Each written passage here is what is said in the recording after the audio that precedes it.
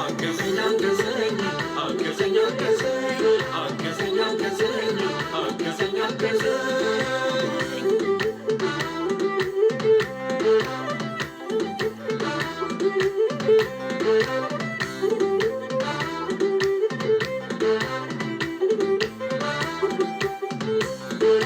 ላምልክ ደግሜ እስኪ ደግሜ ደጋግሜ አሄ ላምልክ ደግሜ እስኪ ደግሜ ደጋግሜ ላምልክ ደግሜ እስኪ ደግሜ ደጋግሜ አሄ ላምልክ ደግሜ እስኪ ደግሜ ደጋግሜ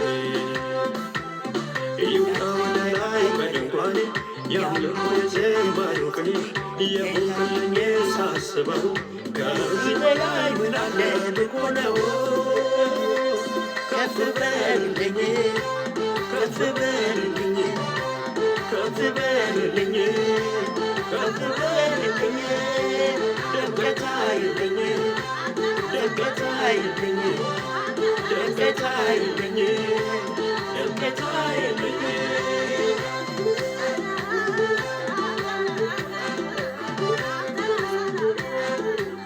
ሃሌሉያ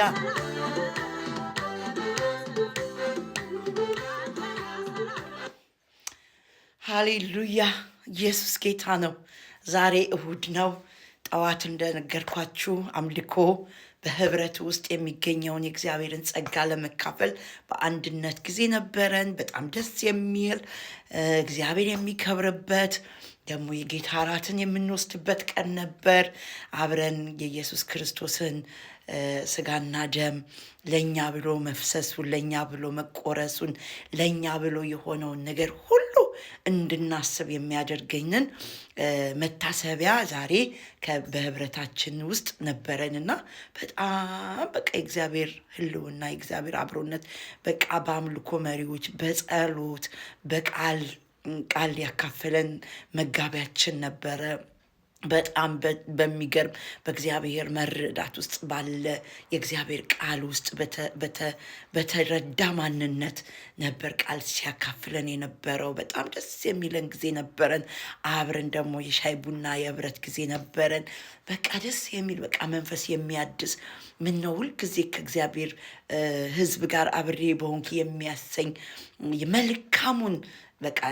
የመልካሙን ነገር ብቻ የምናስብበት በቃ በእግዚአብሔር ቤት ውስጥ ስንሆን ማለት ነው። እና በእውነት በቃ በጣም ነው የሚገርመኝ። ልክ መጽሐፍ ቅዱስ ላይ የተጻፈ ቦታ አለ። ምን ኢየሱስ ክርስቶስ ሶስቱን ደቀ መዛሙርቶቹ ጋር አብሮ ነበርና የሆነ ሰዓት ላይ ግን ሁለቱን ደቀ መዛሙርት መርጦ ወደ ተራራ ላይ ይዟቸው ወጣ ይላል። እዛ ተራራ ላይ ይዟቸው ከሄደ በኋላ ያዩትን ክብር ሲያዩ እነ ጴጥሮስ ከዚህ ባንወርድ አለ። እዚሁ በቃ ለሙሴም ለኤልያስም ድንኳን እንስራ፣ እዚሁ እንቀመጥ፣ ለሱ እንኳን አላለ። በቃ ይህንን ክብር እያየን እንኑር አለ እና በእውነት ነው በእግዚአብሔር ህዝብ መሀል የእግዚአብሔር ክብር ይገለጣልን? በእውነት በህብረት ውስጥ ታዩታላችሁ። በቃ በብዙ ድካም ውስጥ ሆነን እዛ ቦታ ላይ አብረን ግን ስንሆን እግዚአብሔር ለቃሉ ታማኝ ስለሆነ በህብረት ውስጥ እኔ እገኛለሁ። በህብረት ውስጥ አንድ የእግዚአብሔር ሀሳብ እገልጽበታለሁ።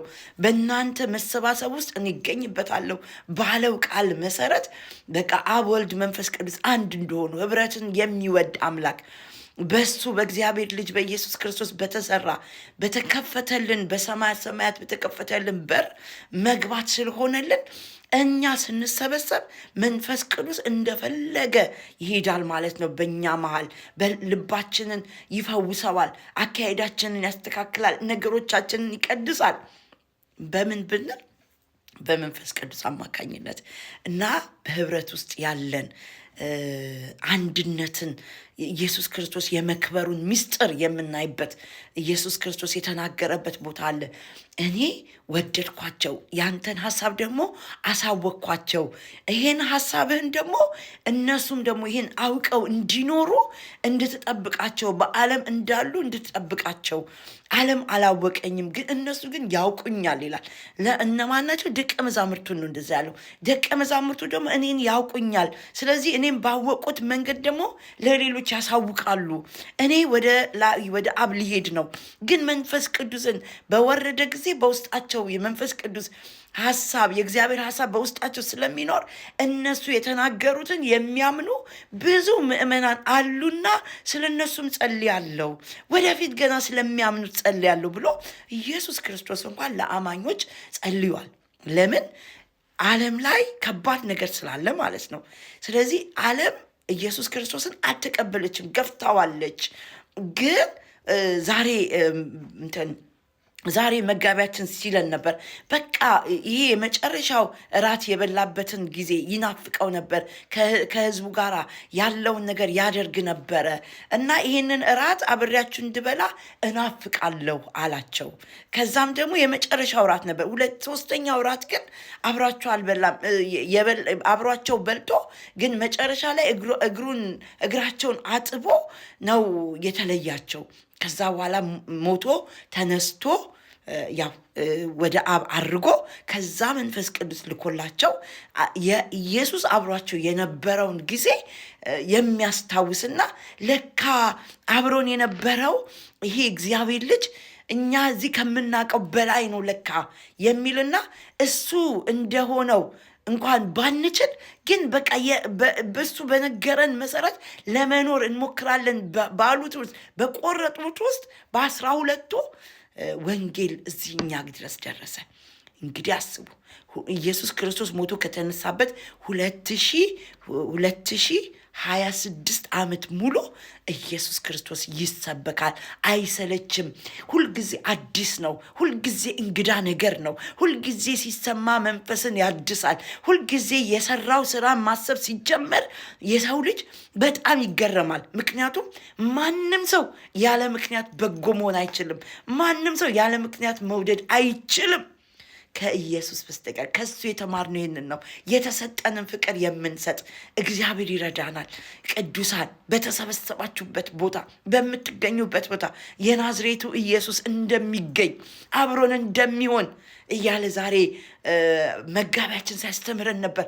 አብረን የጌታን ራስ ስንወስድ አብሮን አለ፣ ህልውናው አለ፣ አብሮነቱ አለ፣ መገኘቱ አለ። የእግዚአብሔር ልጅን በማመን ውስጥ የሚገኘውን ህይወት አግኝተናል።